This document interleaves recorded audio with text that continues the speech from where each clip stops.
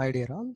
So in the earlier session we have seen about the fundamentals of the analytics and various tools and environments related to the analytics. So in this video we are going to talk about the concept of application of modeling in business. So various aspects are involved in this topic, friends.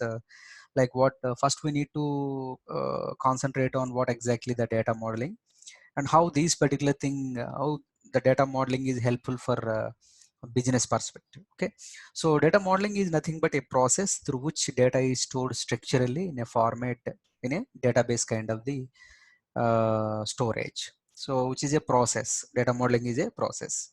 Data modeling is important because it enable organization to make data driven decisions and meet varied business goals. So because nowadays for data analytics, machine learning and data science, data is the fuel. So in that particular case, based on the data only, we need to change our goals and implementation. So based on that particular data driven, as this data modeling also supports, okay, the data driven kind of the decisions, and we are required to have a deeper understanding of the structure of an organization and then propose a solution that aligns with its end goals and suffices it in achieving the desired objectives. Okay, so one important point here is so based on the requirements of the companies, we need to suggest the appropriate data modeling.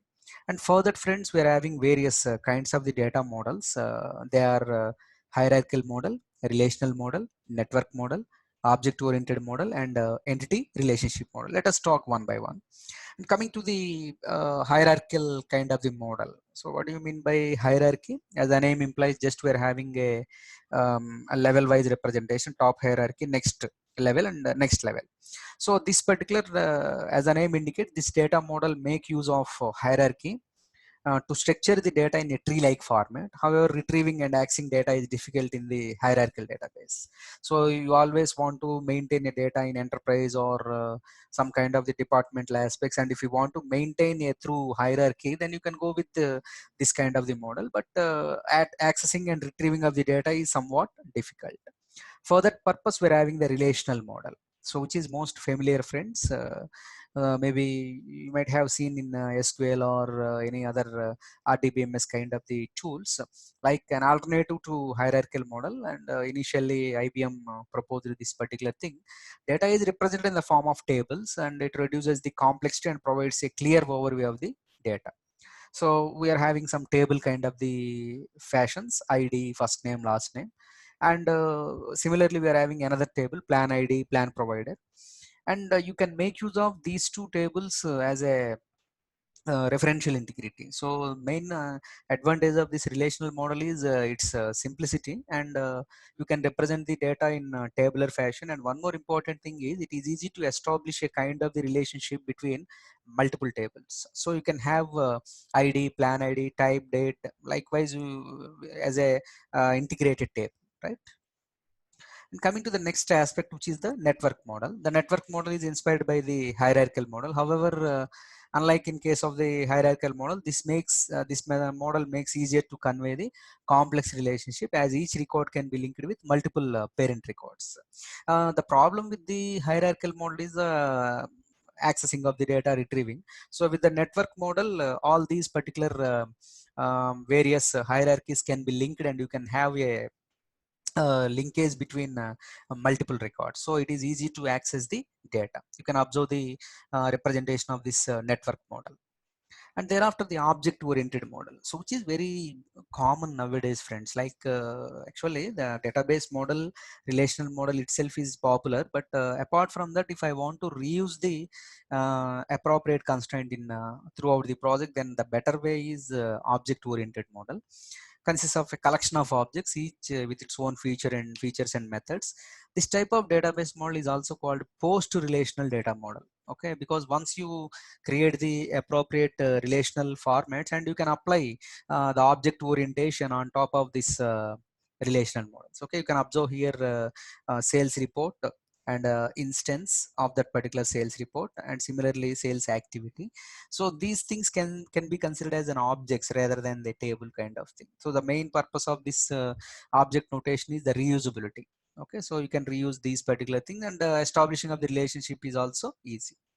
And another representative wise, the most frequently used kind of modeling is the entity relationship model, and which is also known as ER model, friends. Represent entities and their relationship in a graphical format. An entity could be anything like a concept, a piece of data, or an object.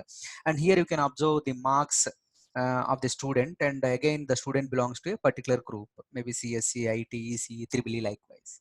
And subject also, just you can make use of the elective subjects, and who is teaching that particular subject, and teacher ID, all these things. Okay, so the representation of the CR model creates one to many, many to many, and many to one kind of the relationship. One student may be selecting multiple subjects, and for those multiple subjects multiple teachers might be there. Okay, so this is what how you can handle the establishment of the entity relationship model. And of course we are studying all these things, and what is the importance, why we need to model? So the importance is very clear here, friends. Like a clear representation of the data makes it easier to analyze the data properly, because if you are knowing entire things about your data and about your company, then you can create best data model, and it provides a quick overview of a data which can then be used by the developers in varied applications. And data modeling represents the data properly in a model. So the proper representation is always very important requirement, friends. The reason is, after getting this particular data properly, then if you could represent the data, if you could convey the importance of which are all the existing things, then it is easy to have the it is easy to get the purpose survived. Okay, and it rules out any changes of data redundancy and omissions, and this helps in clear analysis and processing. These kind of issues, ignorance of some kind of the data parts, or redundancy of the same kind of the knowledge, and all these things can be eradicated with the help of the perfect data modeling. And data modeling improves data quality and enables the concerned stakeholders to make data driven decisions. This is what, friends, actually the data quality improvement can be done with the help of the data modeling, and it all involves various stakeholders to maintain the data driven decisions. And since a lot of business processes depend on successful data modeling, it is necessary to adopt the right data modeling techniques for the best results, because many lot of business processes there, and starting from the analysis and implementation of the data, and thereafter revision, and finally publishing of the reports, all these things are originated will origin depends on this data modeling. So if you could elect the best data modeling, then automatically you can expect the better results. Okay, and thereafter have a clear understanding of your organization requirement and organize your data properly. This is a fundamental thing. And keep your data model as much as simple. So the best data modeling, so don't go with complex things, friends. And if you could explain your data modeling in the simplest way, then that is the best thing. Okay, and it is highly recommended to organize your data properly using individual tables for facts and dimensions to enable quick analysis. In case of data warehousing especially, the fact table and dimension table, likewise you can manage your data which is explains the relativity in a simplest manner. And have a clear opinion on how much data sets you want to keep. Maintaining more than what is actually required wastes your data modeling and leads to performance issues. Okay, keeping of unnecessary data and keeping of unnecessary relationship automatically creates the complexity.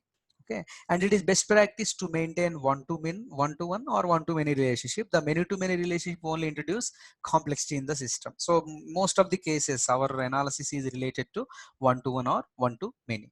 And data model become outdated quicker than you expect. It is necessary that to keep them updated from time to time. Suppose you started data modeling, and thereafter some new requirement has coming to the business. In that particular case, friends, you need to be dynamic while creating these particular models. Okay, so that is what they are outdated quicker. So in that particular case, we need to recheck every time whether my model is suitable to the requirement. And finally, so just we are having the what exactly the application of modeling in business. So which gives the higher quality, and which reduces the cost, and which clearer the scope and which improve the performance by doing the faster activities. And documentation, friends, moreover, even after some time, after some years or after some months, if you want to get back to your model, so then you can go with this better documentation. So this is what how you can refer the kind of the models in the and how the data modeling helps our business. So this is what how you can refer various data models and applications of the data modeling. Thank you.